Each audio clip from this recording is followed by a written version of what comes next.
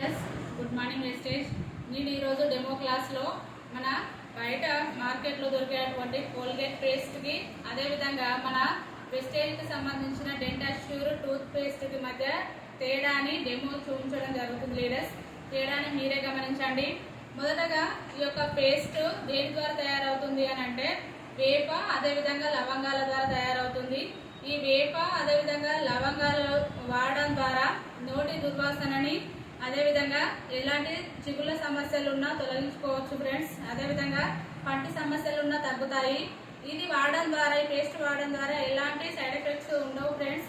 చిన్నపిల్లల నుండి పెద్దవాళ్ళ వరకు ప్రతి ఒక్కరు కూడా వాడుకోదగ్గ ప్రోడక్ట్ ఫ్రెండ్స్.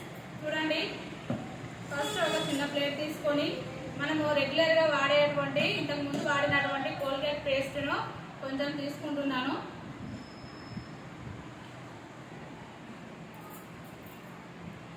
అదేవిధంగా మన వెస్టేజ్కి సంబంధించిన డెంటాష్యూర్ టూత్ పేస్ట్ చూడండి ఫ్రెండ్స్, తీసుకుంటున్నాను.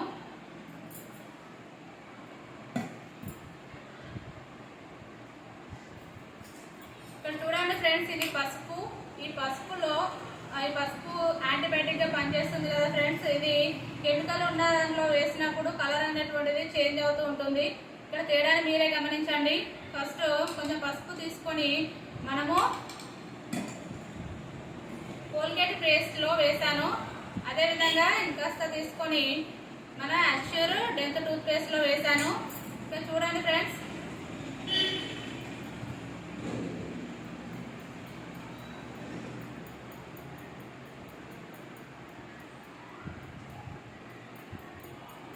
తేడాని మీరే గమనించండి ఫ్రెండ్స్.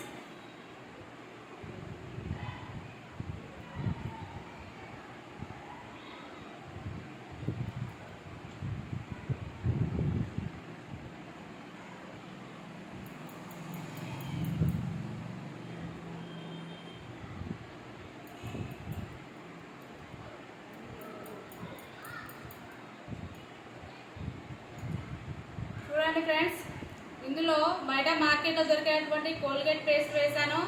ఇందులో మన వెస్టేజ్కి సంబంధించినటువంటి డెంటాష్యూర్ టూత్ పేస్ట్లో రెండింటిలో పసుపు వేసాను. ఇక్కడ కలర్ అనేటువంటిది చేంజ్ అయింది, మీరే గమనించండి ఫ్రెండ్స్.